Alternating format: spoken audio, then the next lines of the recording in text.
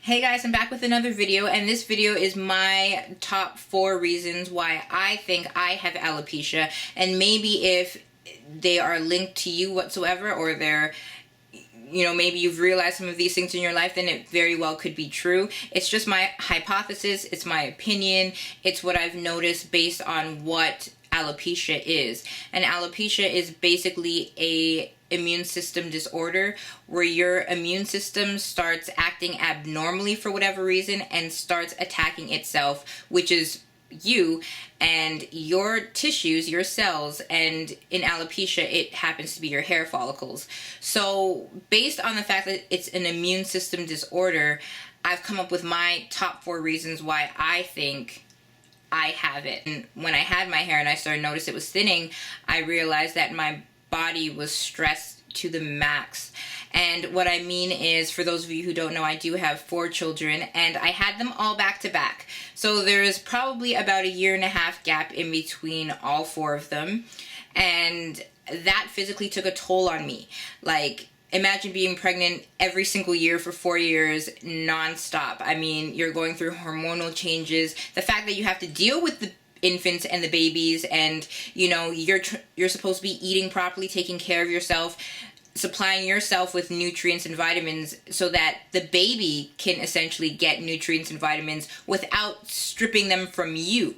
Now, based on the fact that I had 4 back to back, I wasn't really taking care of myself. Like, I was not eating properly, I was not sleeping properly, I wasn't taking my vitamins, I just wasn't taking care of myself. No exercise, no nothing. I barely left my house. And part of that was because I think after a while I got a little bit depressed, and all I really wanted to do was lie in my bed. So based on the fact that I'm not taking care of myself physically, I'm not exercising or anything like that, my body started doing crazy things. Like, I was getting my period twice a month. I had no drive for my husband whatsoever for probably about 3 or 4 months. I was just exhausted. Went to my doctor and he told me I had vagitosis, or some vaginal thing, and he told me that I would always have it, meaning, like, he prescribed me medicine for the rest of the year and said pretty much every month you're going to be taking it, so here you go. A side point from that is I did not accept it. I didn't take the medicine. I actually went and did my research, and I cured myself naturally. So if any of you are dealing with that, just inbox me, and I'll, if I get a decent amount of response, then I will do a video based on that and how I naturally cured myself from vagitosis. I think that's what it's called. But anyway, so he told me that. So that was hard in general, because I'm like, that's my area. Like, that's my baby. I don't want anything wrong with her for the rest of my life. That had an effect on me. To top it all off, he tells me I have a hyperactive thyroid. So I have thyroid disease, is what he said. I'm going to do a separate video based on that, because I have my doubts, and I will tell you my reasons why I have my doubts on what he said. So based on all of that, physically, my body was just stressed. On top of that now, emotionally, I was stressed. My parents were going through a very nasty divorce, and as their child, I was literally caught in the middle of 2 people I love, and, they're forcing you to choose sides. How do you choose sides? It was emotionally wrecking for me, because they were both hurt, but yet they were trying to hurt me in the process by saying I had to choose between them. And then a really close family friend betrayed our family, and that was devastating, because this person was always around and we loved this person.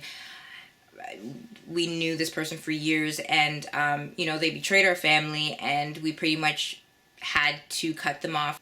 Between my parents and between our good friend, I was an emotional wreck.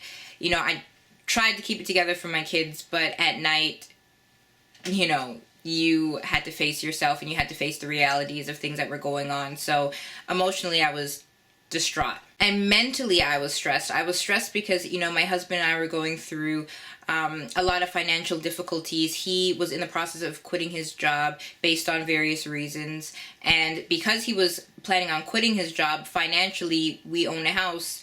I'm thinking, like, what are we supposed to do? We have 4 children, and you know, that was just a mental burden, knowing you didn't know if you were going to have enough money to pay bills and certain things like that. So that was hard. So because he decided he was going to quit his job, we decided to sell our house because we knew we probably weren't going to be able to afford it if he left his job. So we put our house up for sale, and with putting your house up for sale comes a whole other bag of worms where you have to fix things that you weren't looking at. You have to, you know, spend money that you didn't think you need to spend because you had to make your house presentable in order to sell it. So right there, you're spending money you don't have, and then you're stressed about, you know, am I going to be able to sell it, and when, and where am I going to go once I sell it? We have 4 children. What are we supposed to do? And then, as well as people coming and looking through your house, we had to be out. So we spent a lot of our time, and we spent many hours just in our vehicle with our children, which was just beyond stressful being with them. They were annoyed with us, to put it very nicely, crying and screaming, and it was hard for all of us. I mean, it got to the point where my husband and I were arguing over a $2 cup of coffee. Mentally, emotionally, physically, I was done. So, which brings me to my 4th point, was my immune system was stressed. My immune system was over. My immune system had no chance whatsoever. I'm not eating. I'm not taking vitamins. I'm not taking care of myself. There was no way it had any thing to do but go crazy. It went crazy and started attacking itself and started attacking my hair follicles, and my hypothesis is that's how I lost my hair. That's how I got alopecia. That's how it happened to me. I've had to spend a lot of my time figuring out, why did it happen to me? What did I do, or what wasn't I doing?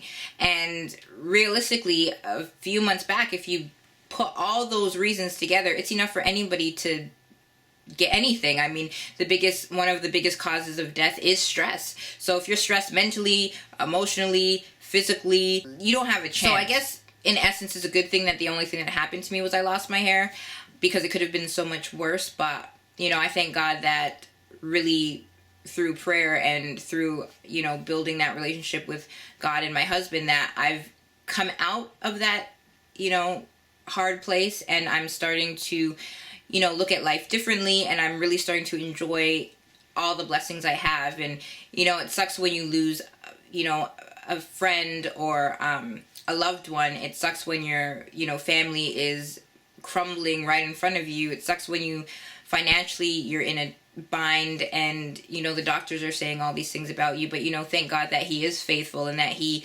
is always willing to help us if we really do trust Him and get on our face and ask Him for help. Those are my 4 reasons on why I think I have alopecia. If you are noticing that you're losing your hair or it's thinning, really start going through your life with a fine-tooth comb, and, you know, really start evaluating and dissecting and really just searching to see if there's things that maybe you thought you were okay in certain areas, or maybe you felt like you've dealt with certain things and overall you know, you really haven't, and it's stressing you out and you don't even know it, and all of a sudden, you know, you're sick and you're losing your hair and you're thinking, you know, what's happening?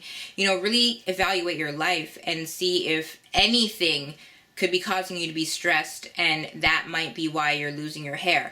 I definitely know stress is tied in with my eczema as well, which I will do a video about eczema and how it's been kind of, you know, in and out of my life.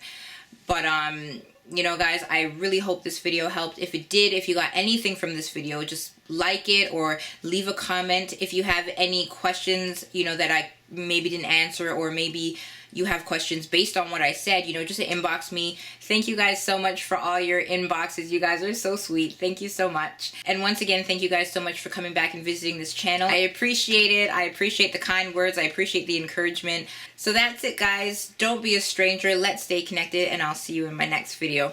Bye.